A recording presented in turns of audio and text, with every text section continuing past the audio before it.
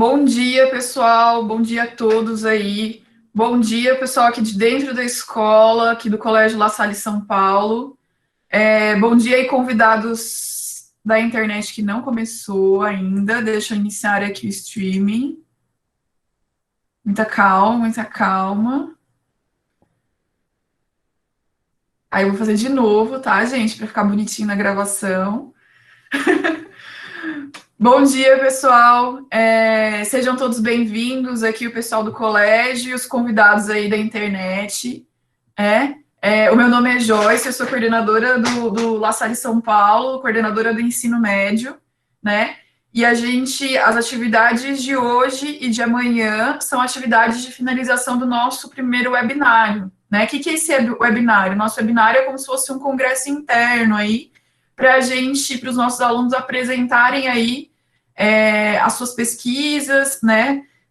As aprendizagens que foram realizadas ao longo aí do primeiro semestre de 2020, que é esse ano completamente atípico para todo mundo, mas que a gente tem tentado tirar aí algumas boas lições dele, tá?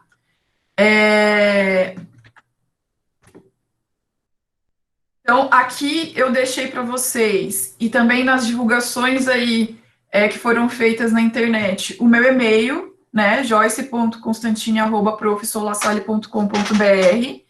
E nesse e-mail vocês podem entrar em contato com o colégio, né, mesmo que você não seja do colégio, né, isso é um específico para os convidados aí que possam estar assistindo assistindo ao vivo ou assistindo depois a gravação na internet, né? Vocês podem entrar em contato para fazer perguntas para os nossos professores, tá? Alguns professores, eles também vão usar aí eles vão usar uma ferramenta do Google para vocês fazerem perguntas aí ao longo das apresentações, tá? E aí cada professor reforça isso na hora da sua apresentação. É importante falar também, o nosso colégio, o La Salle São Paulo, ele é uma rede de colégios que está em todo o mundo, né? E vocês podem aí acessar mais informações da nossa unidade do La Salle São Paulo, que fica na Vila Guilhermina, acessando lasalle.edu.br/São Paulo, tá? E a gente vai ter aí essas aulas abertas hoje e amanhã, né? Então, a primeira aula é com o professor Breno, né? Segregação racial, direitos civis e o movimento antirracista na atualidade, né? O professor Breno é nosso professor de História, ele é formado na Universidade de São Paulo, e ele tem um curso de pós-graduação em História Social da Arte pela PUC, tá? Ele leciona desde 2014, né? E também é formado em curso técnico de administração pela ETEC. Muito bem, muito bem, muito bem. Então, eu vou dar mais uns minutinhos aí para a gente ter a entrada de um número maior de pessoas. E, enquanto isso, eu quero deixar rolando aí um clipe que conversa com o que a gente está fazendo aqui, tá? Com o tema da nossa aula de hoje. Então, eu vou apresentar para vocês este clipe, e aí depois do clipe a gente começa a aula, tá bom?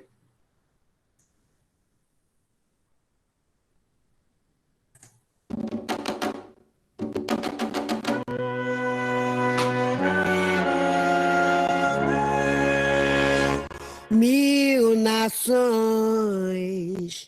moldaram minha cara, minha voz uso pra dizer o que se cala.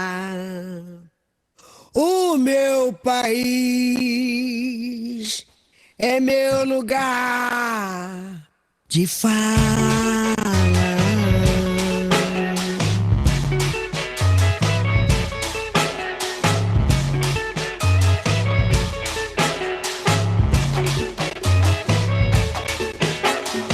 Mil nações moldaram minha cara, minha voz uso pra dizer o que se cala. Ser feliz no vão, no triste, é força que me embala. meu país é meu lugar de fala. 1000 nações moldaram minha cara, minha voz uso pra dizer o que se cala. Ser feliz no vão, no triste, é força que me bala.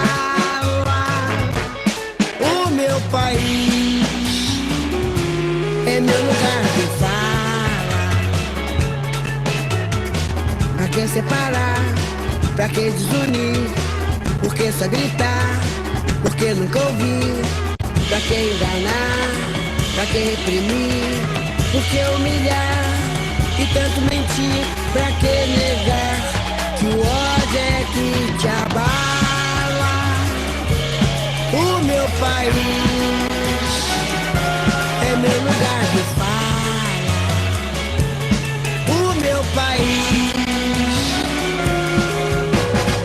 1000 nações moldaram minha cara, minha voz uso pra dizer o que se cala.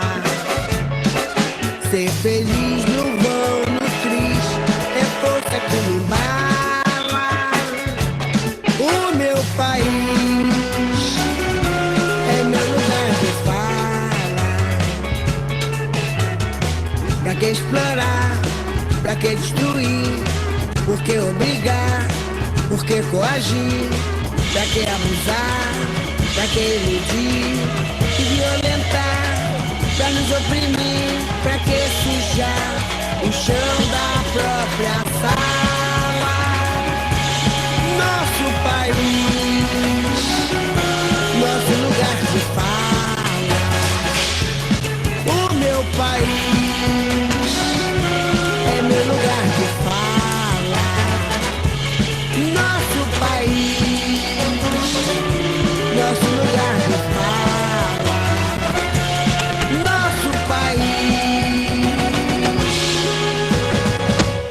nosso lugar de fala.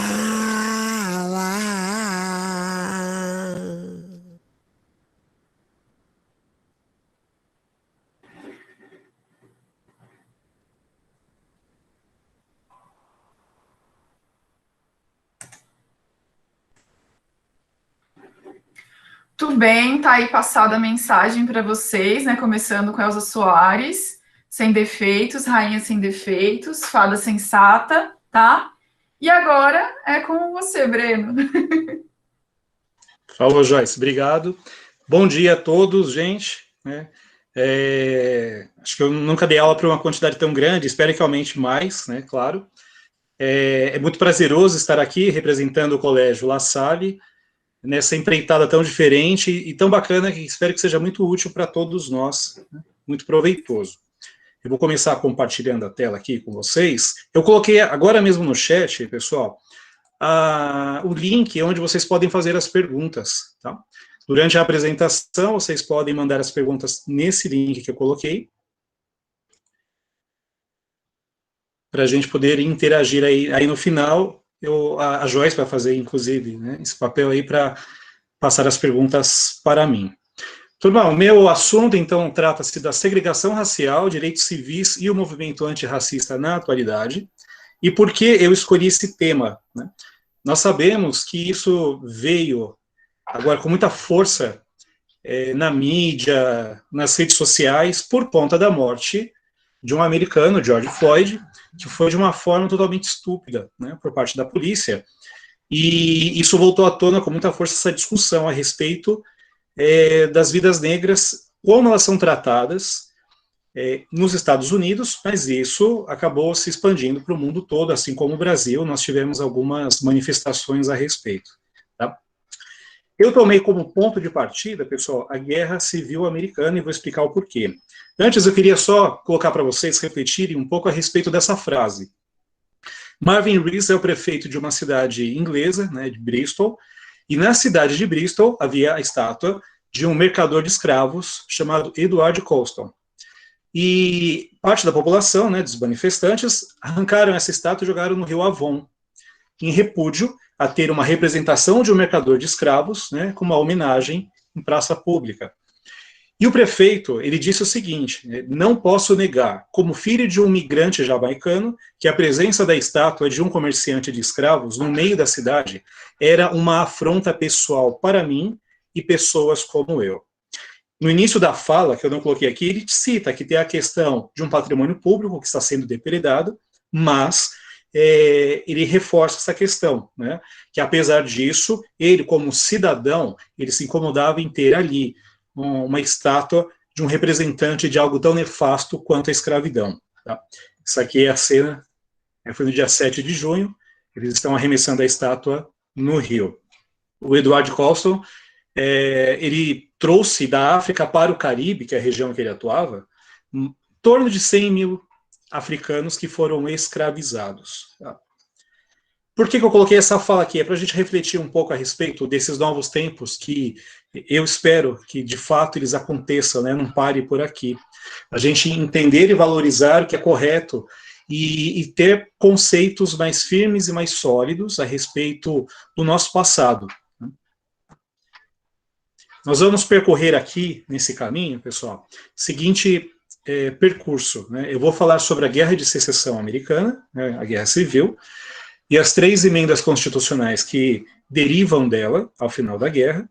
Eu vou falar depois dos Black Codes e das leis Jim Crow. Na sequência, o movimento dos direitos civis.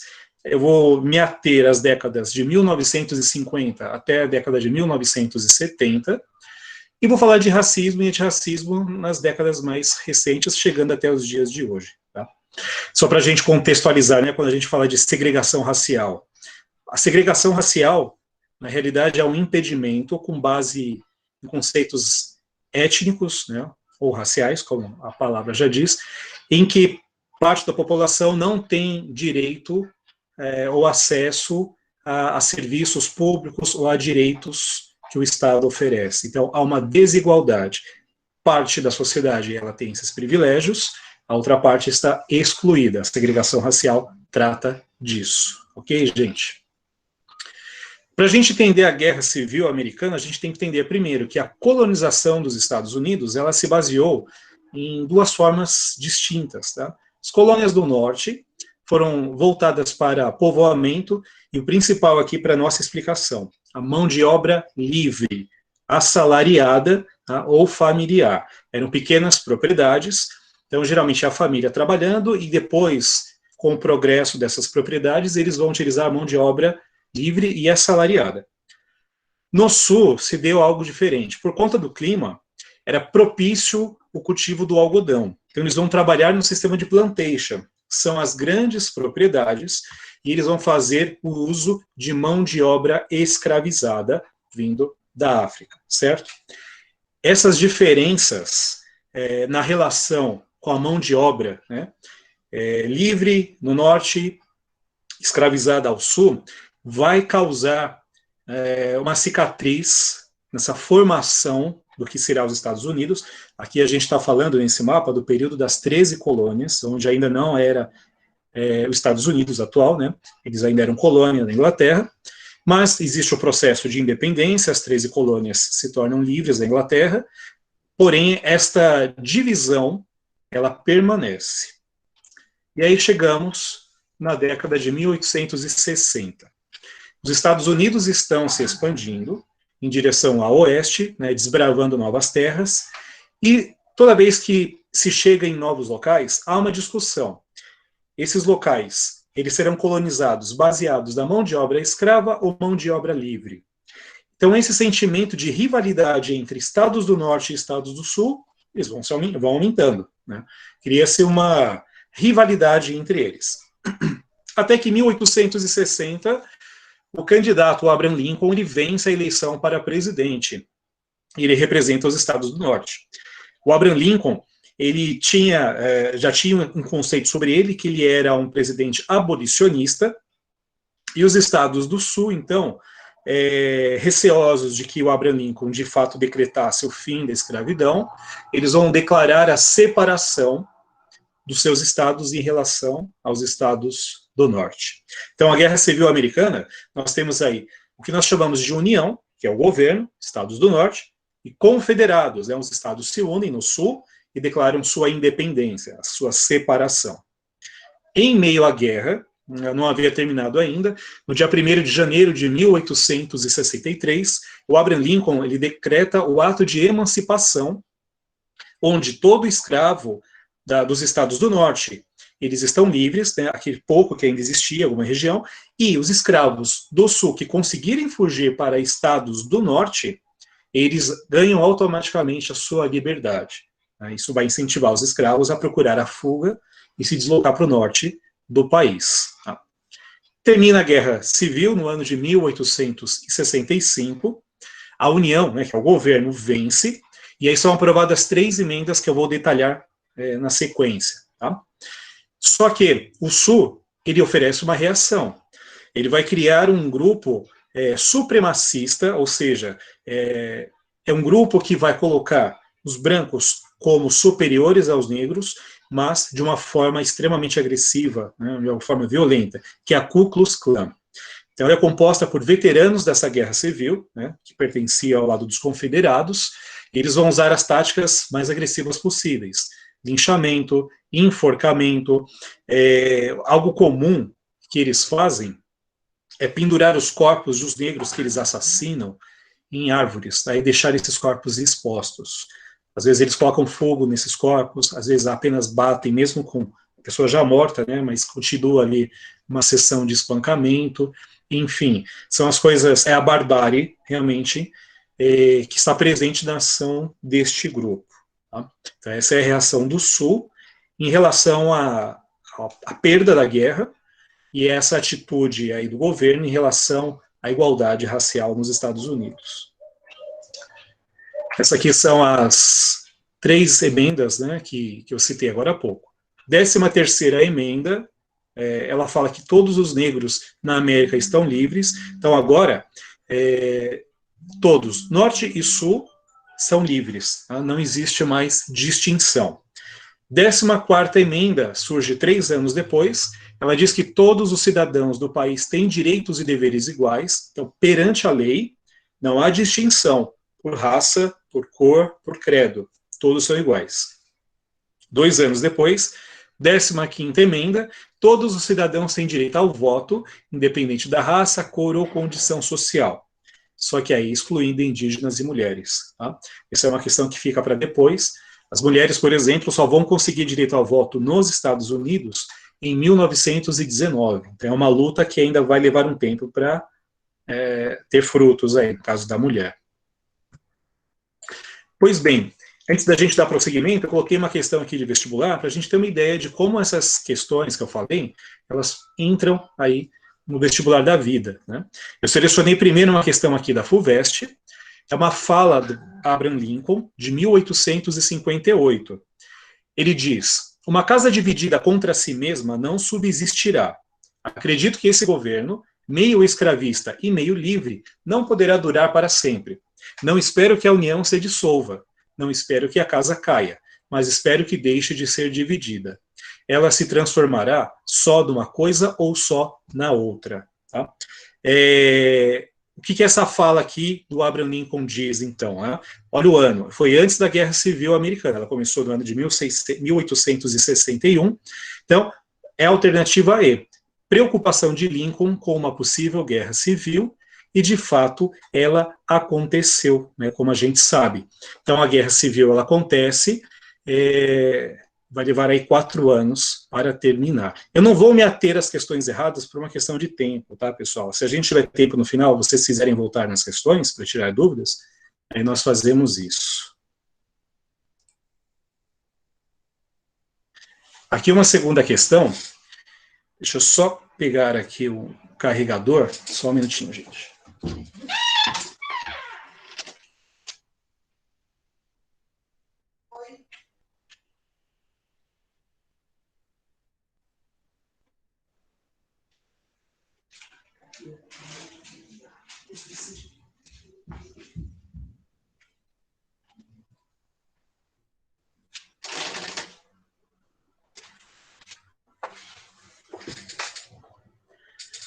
estou providenciando aqui, pessoal, seguinte, estão me ouvindo bem? Tranquilo?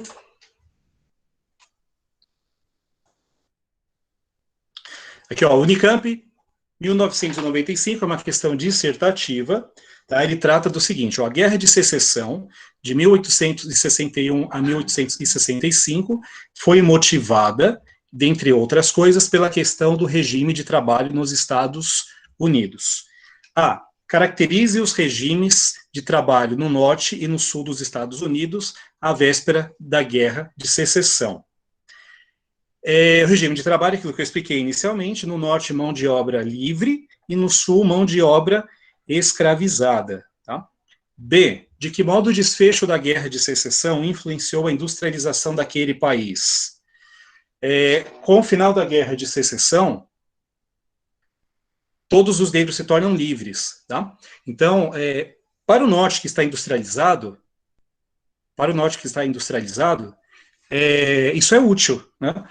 Mão de obra escrava não compra produtos. Mão de obra assalariada, ela sim, ela passa a participar do comércio, ela se torna um mercado consumidor, ok? Vamos aqui para a próxima.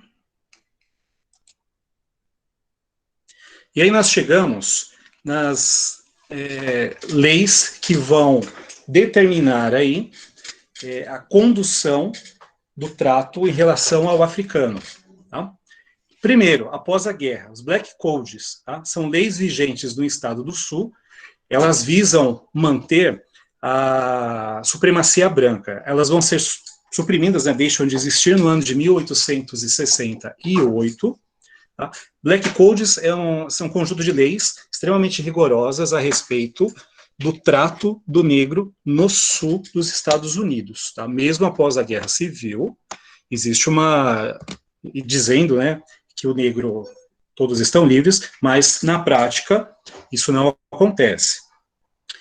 As leis de Jim Crow, elas vêm a partir do ano de 1876. Se a gente comparar as leis de Jim Crow com os Black Codes, as leis de Jim Crow são um pouco mais brandas, porque elas dizem que negros e brancos são iguais, eles aceitam isso, mas devem viver separadamente. E eu vou dar exemplos disso. Tá? Jim Crow, pessoal, é este personagem que eu coloquei aqui a imagem. Tá? Jim Crow é um personagem criado no sul dos Estados Unidos de forma a difamar os negros. Tá? Então ele é tido como uma pessoa boba, pouco inteligente, por vezes maldosa, maliciosa. Não existe uma tradução aqui para o português, exatamente, mas é como se a gente dissesse que é um Zé Ninguém. Tá? O nome de Jim Crow a gente pode associar ao Zé Ninguém. Essas leis, então, Jim Crow, cada estado do sul tem a sua forma de lidar com isso, se baseiam numa doutrina chamada separado, mas igual. Tá? Cada um no seu canto, negros e brancos, mas com os mesmos serviços. Em teoria, é isso. Como que isso vai funcionar, então?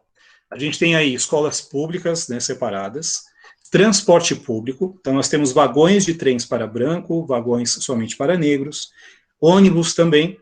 Os ônibus, você vai ter ali vagão, ou melhor, bancos, né, os da frente, os dianteiros para brancos, e os bancos traseiros para negros. Banheiros públicos, bebedouros, como eu coloquei uma imagem aqui, e também o casamento interracial está proibido, tá? Não pode haver miscigenação. Claro que é uma forma de humilhar, né, os negros da América. E como que essas leis de Jim Crow vão se estabelecer? Teve um caso no ano de 1896, chamado caso Plessy versus Ferguson, que vai legitimar essas leis, tá? Da seguinte forma: Homer Plessy é negro, e ele entrou no vagão para brancos, propositalmente, tá? E ele se senta no vagão, e o fiscal, quando vai recolher o bilhete, ele olha o documento, né, vendo que ele era negro, ele pede para que o Homer desça do vagão e se dirija ao vagão destinado a negros. Ele se nega a fazer isso. Tá? Esse evento acontece no ano de 1892, mas ele vai ficar em julgamento por 4 anos, sendo que o veredito ele sai somente em 1896.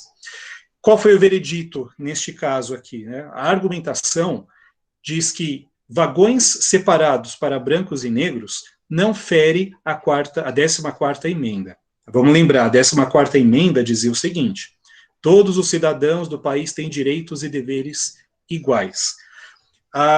O que os juízes dizem é o seguinte: foi um conjunto de juízes que foram considerados até chegar nessa resolução. Eles dizem que os homens brancos e negros, eles têm direitos perante a lei, são iguais, mas socialmente não. Por isso eles devem estar separados, que é a doutrina dos separados mais igual. A partir desse momento, gente, com esse caso aqui, essas leis de Jim Crow, de segregação, né, de separação dos Estados Unidos, elas ganham mais força e, inclusive, a população branca ela se sente no direito até de práticas mais agressivas contra a população negra. Tá? Para a gente ter uma ideia de como isso é chocante na sociedade americana, gente, com a crise de 29, a economia americana entra em colapso, a gente sabe disso, nós já vimos em um estudo, e está faltando muito emprego. Né? A onda de desemprego varre os Estados Unidos. Serviços braçais que eram destinados aos negros, tidas como profissões de negros lá, elas começam a ser procuradas por brancos. Tá? O que acontece? Os brancos assassinam os negros para não haver concorrência nestas vagas. Tá?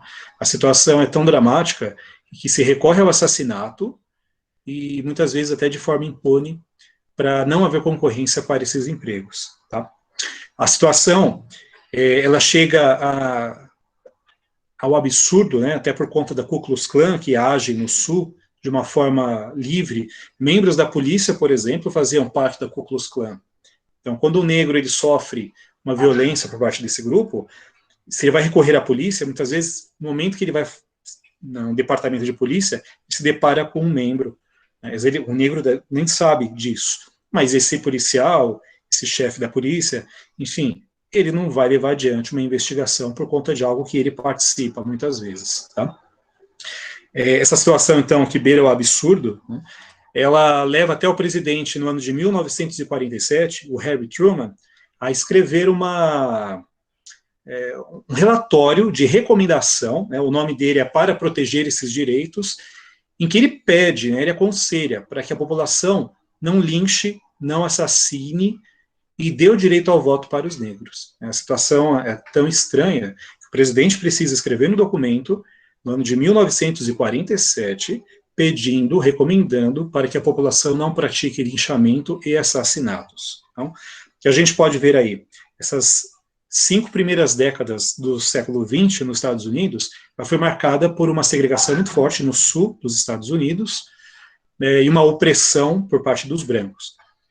Em alguns estados ou em algumas cidades do sul, a maioria da população era negra, mas ainda assim eles eram colocados como oprimidos nas suas cidades, nas suas comunidades. Tá? A situação começa a mudar um pouco de figura quando existe uma disputa na justiça, a chamada de Brown versus Board of Education, no ano de 1954. Isso vai dar armas para uma luta pelos direitos civis. Tá? No ano de 1951, numa escola pública na cidade de Topeka, em Kansas, ela se nega a matricular a filha de um negro, um morador ali da região, chamado Oliver Brown.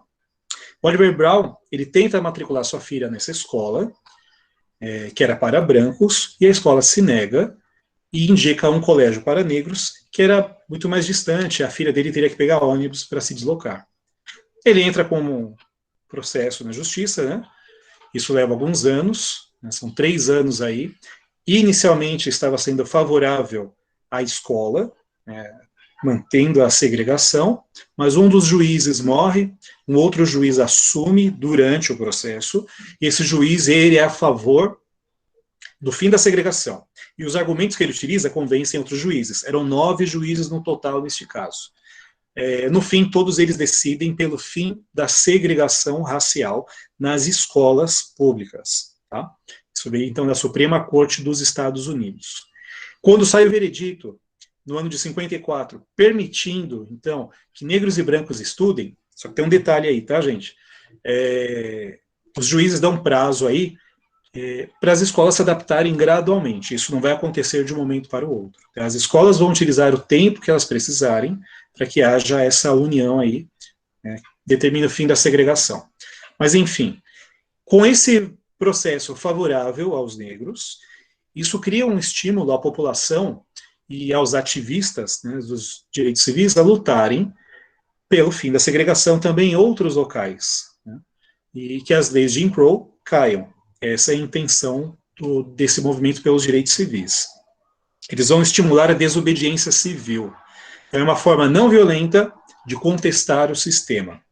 Um exemplo disso é lanchonetes que eram destinadas só para brancos.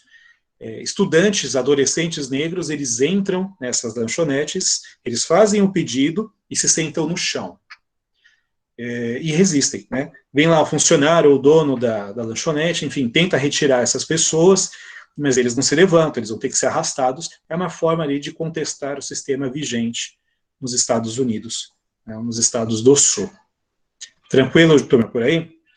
Uma coisa importante, né?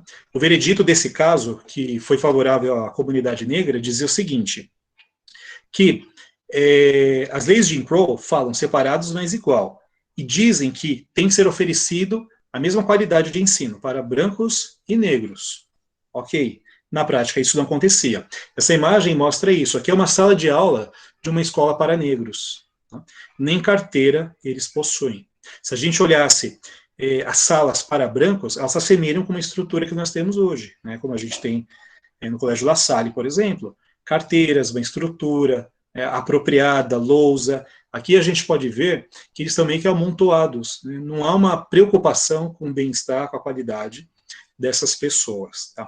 Esse é o argumento que os juízes vão considerar para dar ganho de causa para os negros, que se fosse para manter separado, que houvesse realmente igualdade, fato que não está acontecendo. Tá? E aí nós chegamos no momento crucial para os direitos civis, tá? Que entra na história aí a Rosa Parks, na cidade de Montgomery.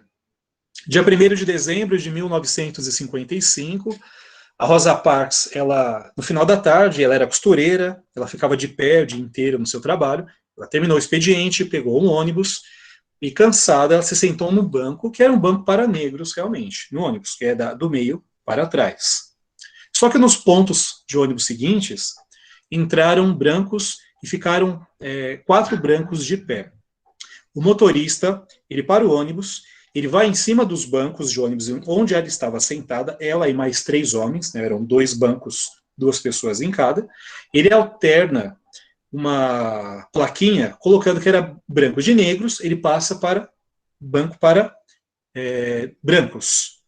Resultado, o motorista pede para que a Rosa Parks se levante e os outros 3 homens também. Os 3 homens contrariados vão para o fundo do ônibus e ficam de pé. A Rosa Parks se nega devido ao cansaço e ela explica isso ao motorista. Tá? Ela não cede o seu lugar para o branco. O motorista, ele segue o caminho até encontrar a polícia, num ponto seguinte, ele para, os policiais entram no ônibus e levam a Rosa Parks presa. Tá? Vai ficar presa por 1 noite, depois a Associação Nacional para o Progresso de Pessoas de Cor, que é uma entidade que luta pelos direitos civis lá nos Estados Unidos, que existia naquela ocasião, eles pagam a fiança dela e ela está liberta. Rosa Parks não era propriamente uma ativista. Quando ela se nega a ceder o banco em que ela está, ela não fez isso premeditadamente. Tá? Ela deu entrevistas posteriormente, ela fala disso. Era simplesmente cansaço e um sentimento de humilhação, né, de ter que ceder o lugar para alguém que está em condições melhores que ela. E por quê? Pelo fato dela ser negra apenas? Né? E o marido dela, sim, era membro dessa associação nacional. Ele era ativista, ela não. O fato é que isso tem uma ampla divulgação, né? Na cidade de Montgomery, que fica na Alabama. E os líderes dos movimentos pelos direitos civis começam a se organizar de tal forma que Martin Luther King, que é um personagem importantíssimo que entra agora na nossa história, ele vai fazer com que a população negra da cidade de Montgomery que era em torno de 75% da população, eram de negros ali, que eles não usem ônibus, eles boicotem o transporte público de ônibus. Ele negocia com proprietários de táxi para que eles ofereçam viagens mais baratas para a população negra utilizar táxi e não utilizar os ônibus. Tá? Isso aí vai causar uma queda na arrecadação dos ônibus muito grande. As empresas de ônibus ali da cidade, elas vão reclamar, inclusive, com o governo, exigindo que sejam presos porque boicote era crime, ameaçam prender o Martin Luther King, enfim. Essa greve vai durar mais de um ano. Ela vai durar 385 dias. E eles conseguem realmente chamar a atenção para que em outras cidades dos Estados Unidos, a população negra, através de lideranças, inicie realmente uma luta por igualdade. Tá? Estamos falando do ano de 55. As duas lideranças negras que vão se destacar aí, então, são Martin Luther King, que eu falei agora há pouco, tá? Além de ser líder da Associação Nacional, como eu disse, ele também era líder da Conferência da Liderança Cristã do Sul. O Martin Luther King Jr. é um pastor da Igreja Protestante, ele é uma pessoa religiosa, ele é a favor da não violência. Inclusive, ele ganha um prêmio Nobel da Paz no ano de 64, justamente por promover atos não violentos em prol da igualdade racial.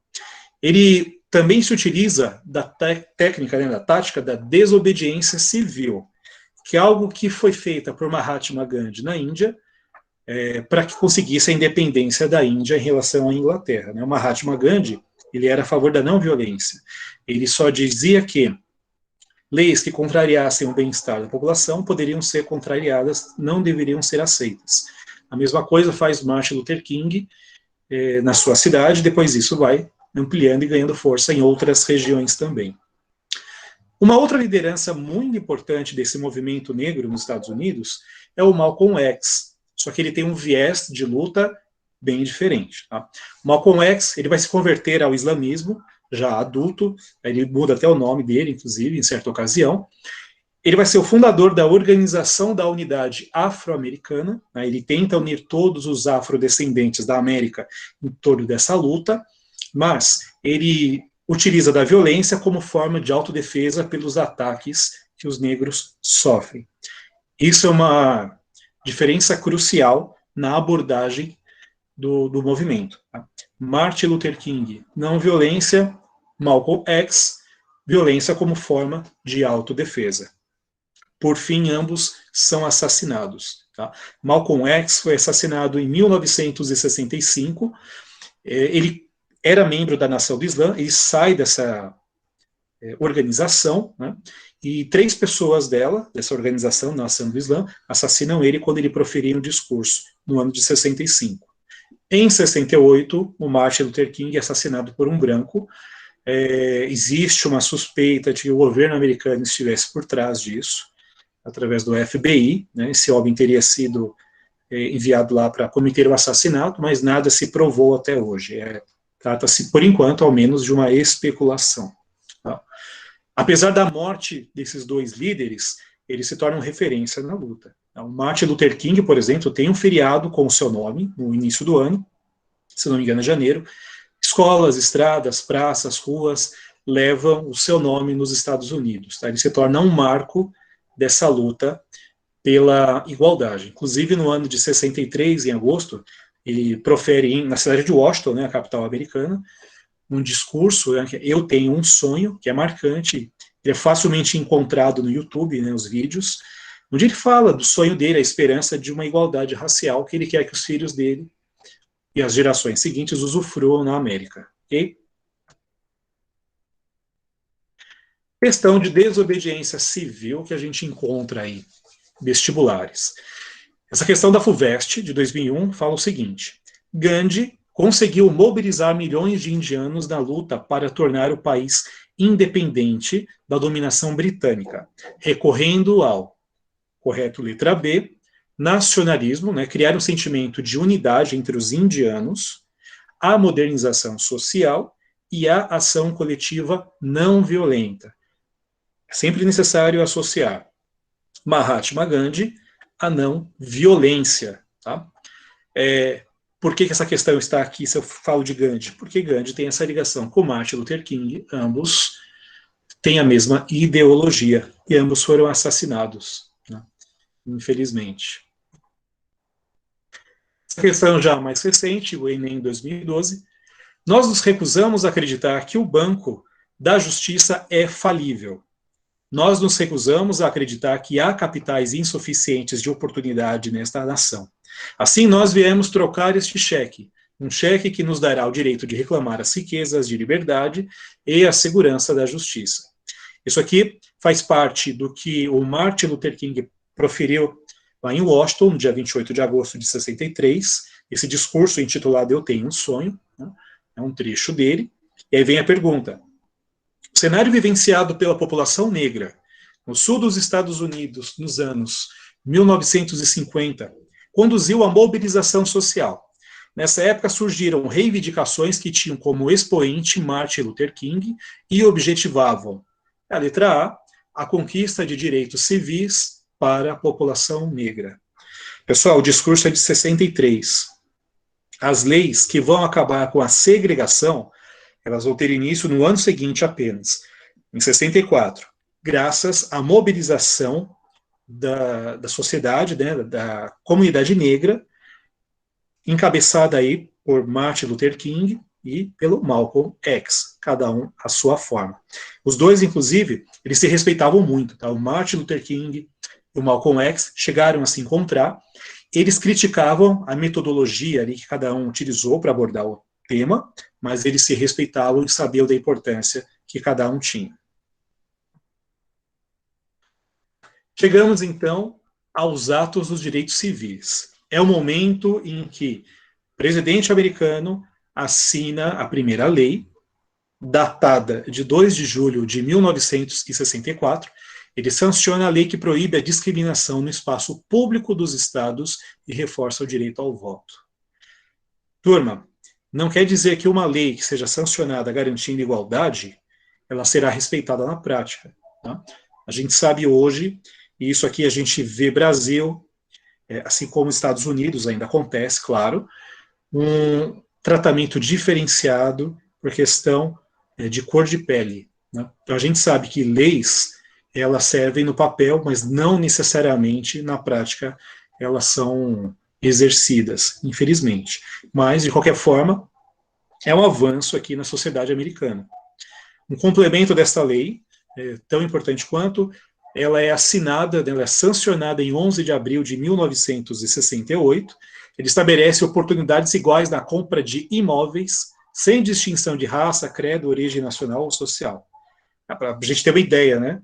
A compra de imóvel, ela era colocada como privilégio, prioridade, até melhor dizendo, para brancos, em detrimento dos negros, né, ou outras etnias não a caucasiana. Então, o dinheiro tem o mesmo valor, né, mas interessava priorizar aos brancos e o resto, vamos dizer assim, as demais raças. Né. Precisava de uma lei para impedir isso. Morrem os dois principais líderes nos anos 60, mas o movimento, apesar destas leis que foram sancionadas, não termina. Tá? Nós temos aí o movimento Black Power, que surge no ano de 1966. Ele visava se defender da Ku Klux Klan, porque a Ku Klux Klan continua agindo no Sul. Então, o que o movimento Black Power prega? Uso da violência contra a violência. Tá? Não dá para se negociar com pessoas que estão dispostas ao assassinato e ao linchamento. É preciso utilizar uma força proporcional. No ano de 66, também, surge um outro grupo, esse com caráter de partido político, chamado de Panteras Negras. Ele vai se dissolver no ano de 82, mas ele tem uma forma de agir semelhante, até mais agressiva, na verdade, se a gente comparar com o movimento Black Power. Os Panteras Negras, eles determinam que a sua conduta se baseará na resistência armada contra a opressão que os negros sofrem. Isso vai levar a vários, ao longo das décadas, né, a vários confrontos com a polícia, e serão assassinadas pessoas de ambos os lados, né, da polícia e dos Panteras Negras. Uma líder dos Panteras Negras, que tem uma relevância até hoje, inclusive, é a Angela Davis, né? É uma professora, ela é socialista, ela é líder do movimento não só pelos direitos civis, como uma feminista também, ela está viva ainda, e ela tem uma grande articulação dentro desse movimento, tem uma importância muito grande para a luta contra a segregação aí nas próximas décadas, né, anos 70, 80, chegando até nós aqui hoje. Se a gente pensar que leis foram sancionadas, né, os movimentos ali negros estão se mobilizando, mas isso não quer dizer que esteja tudo bem, né, que os direitos estão chegando, mas que haja tranquilidade, haja harmonia na convivência. Eu relacionei aqui algumas situações de distúrbios raciais, as principais que aconteceram ao longo aí das décadas seguintes. Geralmente elas, pessoal, a grande maioria, tratam-se de abordagem policial, em que o negro está rendido, ou mesmo que ele manifeste alguma reação, uma reação não armada, e a polícia utiliza de uma força desproporcional, geralmente acaba em assassinato. Tá? O último caso aqui de 2016, dessa lista, por exemplo, na cidade de Charlotte, um homem foi abordado dentro de um carro, ele desce, ele está desarmado, e ainda assim o policial o assassina, tá? Que vai motivar aí a protestos. Quando eu estou falando de distúrbios raciais, estou dizendo que a cada ocorrência dessas que eu elenquei aqui, aconteceu uma reação nessas cidades, ou até se expandiram para outros locais, exigindo igualdade, semelhante ao que a gente tem visto agora em relação ao George Floyd. Tá? A segunda dessa lista, Los Angeles, que aconteceu em abril de 92, ela foi uma das maiores entre essas aqui. Ela aconteceu na costa oeste, né, Los Angeles, na costa oeste dos Estados Unidos. Ela chegou até Nova York, ganhou uma proporção bastante grande de pessoas, não só negras, exigindo respeito à vida negra, certo? E aí chegamos nos dias atuais. Tá? Todo mundo acompanhou, né, acho que quase todos aqui acreditam, todos viram o vídeo em que o George Floyd ele morre sufocado embaixo do joelho do policial. Ele já estava totalmente incapacitado de uma reação, e por um motivo vil, né, um motivo totalmente estúpido, ele é colocado numa posição ali totalmente passível de ser assassinado, que é o que acontece por sufocamento. Ele ainda implora por sua vida, né, a gente ouve, são 8 minutos de agonia ali, até a morte dele, né, o assassinato se concretizar. Foi no dia 25 de maio, agora de 2020, e como a gente tem acompanhado, isso vai desencadear uma reação imensa, né, na Europa, aqui no Brasil, em outros países e principalmente nos Estados Unidos. Um grupo, né, um movimento chamado Vidas Negras Importam, fundado em 2013, ele volta com uma força grande, até por conta aí do ativismo nas redes sociais, né, pessoas do meio artístico, esportistas, alavancam esse movimento e sempre ressaltando isto, né? Importância do respeito à vida, coisa que a gente vê que isso ainda não acontece na prática. Os Estados Unidos é um país extremamente racista, e isso lá é muito claro, isso é muito declarado. Se a gente compara com o Brasil, pessoal, aqui no Brasil a gente vive ainda um mito da democracia racial, né?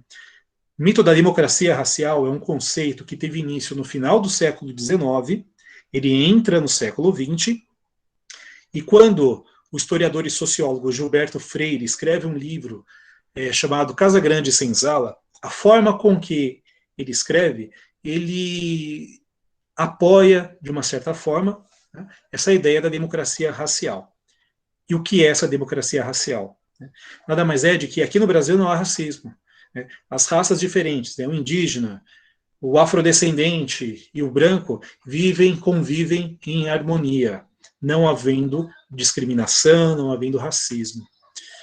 Isso se impregna de tal forma na sociedade brasileira, e a gente tem um racismo estrutural muito grande aqui, mas as pessoas muitas vezes não enxergam, ou parte delas não querem enxergar. né? Eu acho que todo mundo aqui já deve ter ouvido falar que a luta contra o racismo é mimimi, que isso não existe, frases racistas, né, que a pessoa nem percebe que ela está proferindo, mas que se normalizou no vocabulário da gente, no tratamento, na conduta em relação aos negros. Mas quando a gente observa que há diferença salarial por motivo de cor, diferença de tratamento, né? Eu estava vendo os dados da Polícia Militar aqui do estado de São Paulo, no primeiro trimestre desse ano, aconteceram mais de 200 mortes de que policiais mataram pessoas, né? Sendo que destas pessoas mortas pela polícia, 64% são de pessoas negras. E a gente não precisa ir muito longe, né? Porque essas pessoas têm nome, têm rosto, têm identificação. A gente teve aí, semanas atrás, um menino Guilherme, de 15 anos, que voltava de uma festa aqui na Zona Sul de São Paulo. Ele estava em frente à viela onde morava a avó dele, que é com quem ele estava vivendo. 2 homens, sendo eles um policial que estava de folga, né? Ele fazia um serviço ali particular para um terreno, que é um estacionamento. Eles levam o menino, assassinam com 2 tiros e deixam o corpo numa zona de mata. E o menino era negro. Então, isso, além de tantas histórias que a gente está vendo esse ano, né, eu peguei esse caso que é o mais recente, que é emblemático, mas no Rio de Janeiro, em São Paulo, principalmente, que são as metrópoles aqui do Brasil, isso não é exceção. Se você fizer uma busca na internet, você encontra facilmente relatos e diversos casos semelhantes.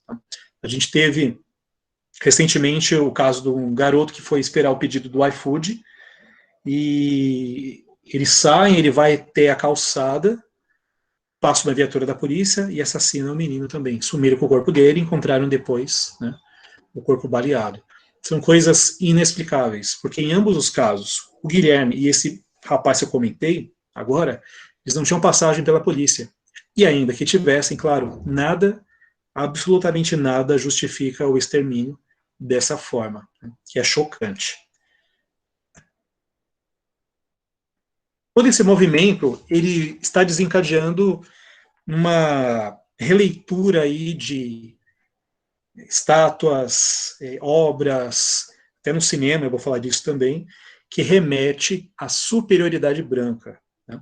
Em frente ao Museu Natural de Nova York, nós temos essa estátua, esse conjunto, onde sobre o cavalo está o Theodore Roosevelt, foi presidente dos Estados Unidos do início do século XX. Ao lado dele, nós temos um negro e um indígena, né? E a gente pode ver, isso é nítido. Ele, o Theodore Roosevelt, ele tem um olhar de superioridade, de liderança, né, de poder sobre o cavalo. Indígena e africano estão abaixo, eles são inferiores, eles são conduzidos pelo branco, tá? É uma forma de discriminação. O Museu Natural, ele solicitou à Prefeitura de Nova York que retirasse a estátua, a Prefeitura autorizou, ela só não foi removida ainda. Tem o caso da estátua que eu falei no início, na cidade de Bristol, na Inglaterra, arremessaram a estátua no rio.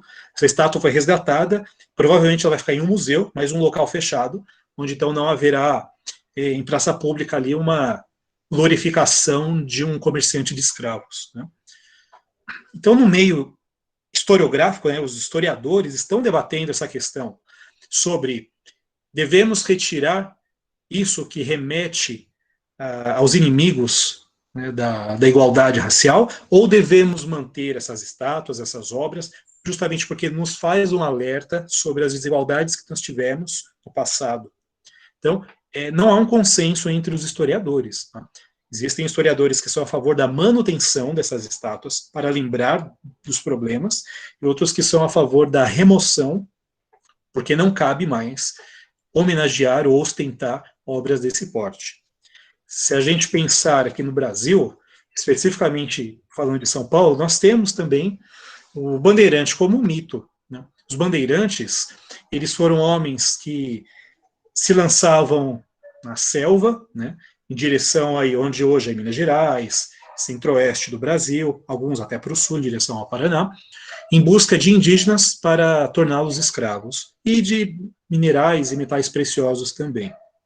Só que, no final do século XIX, políticos do estado de São Paulo, eles queriam escolher algo que os representasse como força pioneira.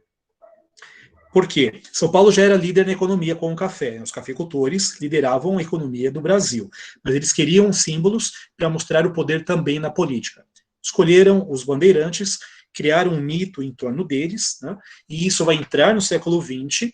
Alguns membros até do movimento aí modernista, que foi liderado por São Paulo, inclusive, alguns membros desse movimento se apegam a isso de enfatizar o bandeirante como herói nacional. Bandeirante como uma figura heróica, desbravadora, imponente, que tem a astúcia e a coragem de adentrar a mata e levar o progresso e expandir o Brasil. Essa é a ideia do mito, né, que a gente sabe que não foi bem isso. A gente tem em Santo Amaro a estátua do Borba Gato e em frente ao Parque do Ibirapuera, o Monumento às Bandeiras, que representam isso, né, uma homenagem aos bandeirantes. E aí fica a questão, cabe esse tipo de obra hoje ainda, né, de veneração a essas figuras que foram criminosas, né? Isso a gente pode ver aqui, ó, nas pinturas, como se mudou o conceito. Essa primeira pintura, do Debré, é um francês que veio para o Brasil na época de Dom João VI. Ele viajou pelo Brasil, ele pintava cenas, né, rotineiras, e ele retratou aqui, ó, são 3 bandeirantes. Nós temos aqui esses 2 de trás e aqui na frente. Eles são mamelucos, tá? Que é o mestiço de indígena com branco. Estão levando uma família guarani para ser escravizada. Então, é uma cena deplorável, mas retratada pelo Debré. Só que isso muda. Tá? A primeira imagem é da segunda década do século XIX. A imagem da direita, que é o bandeirante chamado Domingos Jorge Velho, foi ele quem acabou, inclusive, com o Quilombo dos Palmares, ele foi contratado para isso. Vocês já podem notar que é uma figura branca, bem mais bem vestida, é uma figura mítica. Os bandeirantes não eram assim. A figura da esquerda, do Debré, ele representa melhor realmente como eram os bandeirantes. Pessoas maltrapilhas, descalças, passavam fome, inclusive, nas suas empreitadas, foram tornados esse aspecto europeu, né, caucasiano, um ar de nobreza e liderança, né, coisa que nobreza é o que eles menos tinham no seu comportamento. No vestibular, a gente tem algumas questões sobre os bandeirantes, por exemplo, né, essa questão do Enem de 2015, só para a gente finalizar. Ele diz, né, que se iniciou em 1903 a introdução de obras de arte com representações de bandeirantes no acervo do Museu Paulista, que é o Museu de Ipiranga, mediante a aquisição de uma tela que homenageava o sertanista que comandara a destruição do Quilombo de Palmares, que é essa obra que eu acabei de mostrar. Essa aquisição, viabilizada por verba estadual, foi simultânea à emergência de uma interpretação histórica que apontava o fenômeno do sertanismo paulista, como elo decisivo entre a trajetória territorial do Brasil e de São Paulo. Concepção essa que se consolidaria entre os historiadores ligados ao Instituto Histórico e Geográfico de São Paulo ao longo das 3 primeiras décadas do século XX. Vem a pergunta. A prática governamental descrita no texto, com a escolha dos temas das obras, tinha como propósito a construção de uma memória que, alternativa A, afirmava a centralidade de um Estado na política do país. Qual Estado? São Paulo. São Paulo quer ser visto como liderança política. A política do café com leite, exercida do final do século XIX até 1930, com a revolução que o Getúlio lidera, tem São Paulo, junto de Minas Gerais, como liderança política do país. Então, a elite paulista, ela consegue, através do mito do bandeirante, junto com seu poder, né, econômico, advindo do café, se tornar realmente uma potência no Brasil. Isso se estende aos dias de hoje. São Paulo é o estado mais industrializado, industrialização, inclusive, que se formou graças ao dinheiro do café. Tá, gente?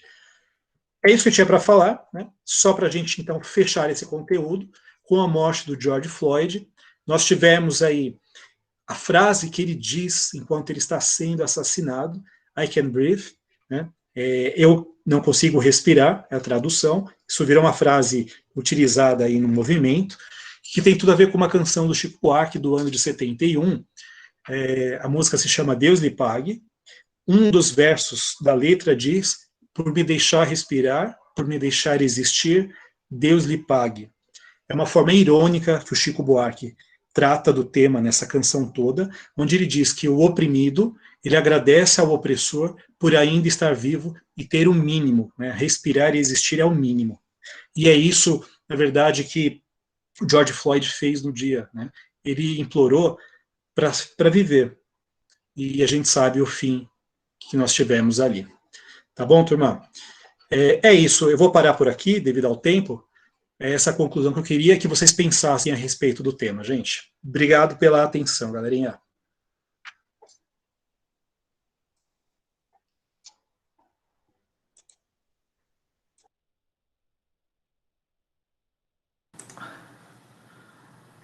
Oi, Breno. Oi, Joyce. Oi, pessoal. Rolou um problema na nossa transmissão ao vivo. Sério? Né? Sério. Então, a sua aula, ela não foi transmitida ao vivo, mas eu vou subir para o YouTube assim que a gente terminar. Tranquilo. E eu migrei as aulas para um outro programa que vai transmitir direto para o YouTube. Então, vamos fazer o seguinte, a gente faz a rodada de perguntas, né? E aí, Breno, como o pessoal mandou via link, você que tem que achar as perguntas aí. Elas não aparecem para mim aqui. Eu não consigo ter acesso a elas, tá? Então, a gente faz o seguinte, e aí eu vou pedir para você escolher umas 3 perguntas só, porque a gente já avançou um pouco no nosso horário. Isso. Deixa eu ver aqui. Posso responder agora, então, isso? Essas pode, 3 aí. Pode. Então, pessoal, eu vou mandar aqui no chat para vocês o link da nossa transmissão direto para o canal do YouTube do colégio, tá? E aí eu vou pedir para vocês, depois que o professor terminar de fazer a resposta das perguntas, vocês migrarem lá para o canal, e aí eu vou pedir para vocês escreverem o nome de vocês no chat para a gente fazer uma chamada inicial, tá? Só para eu saber quem do colégio acessou e quem é externo, tá? E todo mundo que ajudou a compartilhar o link da transmissão, eu vou pedir para vocês ajudarem a compartilhar o link novo do YouTube para os colegas de vocês, tá bom? E aí depois a aula do professor Breno vai estar também no canal do colégio, tá? Então, ó, estou colocando aqui o link da transmissão no YouTube. E aí a gente continua. Breno, então pode responder as perguntas e aí a gente faz a migração. Eu visualizo 3 aqui, a quantidade exata, inclusive. A primeira delas, existem membros da Ku Klux Klan atuantes em segredo ainda nos dias de hoje? Sim, Petra, eles ainda atuam nos Estados Unidos, tá?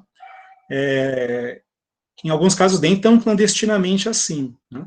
Mas eles atuam, é um movimento menor, ele perdeu muita força a partir dos anos 80, eles sofreram um processo, eles tiveram que pagar milhões para indenizar uma família negra, onde o rapaz foi assassinado e linchado, no ano de 81. Então eles perderam uma força absurda e membros saíram, mas ainda existe. Tá? Menos vigor, né? É mais agora uma questão teórica de defender a supremacia dos brancos, mas não existe atuação física de linchamento e assassinato. Uma segunda pergunta, professor, a guerra se dá pela separação do Norte e Sul? A guerra inicia quando o Sul declara separação em relação aos estados do Norte, porque ao Sul não interessava o fim da escravidão, eles utilizavam em larga escala nos latifúndios, né, na produção de algodão. Esse algodão era vendido para a Inglaterra, na época da colonização, e depois da independência eles continuam exportando para várias regiões do mundo, inclusive a Inglaterra ainda. Então era um comércio muito forte para o Sul. Perder a mão de obra escravizada e acrescentar custos para eles que eles não estavam dispostos naquele momento. Então eles declaram separação para ter a vida deles em paz ali, com a mão de obra escravizada. Por último, né, para Martin Luther King se tornar pastor, ele enfrentou muitos problemas para se tornar problemas para se tornar pastor? Não. Não porque a comunidade negra em que ele vivia e os pais dele também eram ligados à igreja protestante que ele seguia. Então, para ele foi um caminho natural. Tá? Ele era uma pessoa muito religiosa, inclusive, né? Foi algo natural no desenvolvimento dele, da fase adolescente para a fase adulta. Acho que é isso, eu respondi, Joyce, essas questões, tá bom?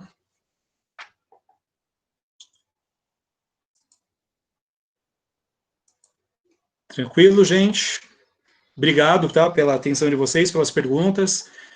A minha bateria quase acaba aqui, entrei no desespero silencioso, eu acho que foi silencioso, mas deu tudo certo. Muito obrigado, gente. Valeu, Joyce, obrigado pela oportunidade. Foi lindo, viu? Muito obrigada. Valeu. E aí, assim, desculpa aí a falha, vamos reorganizar.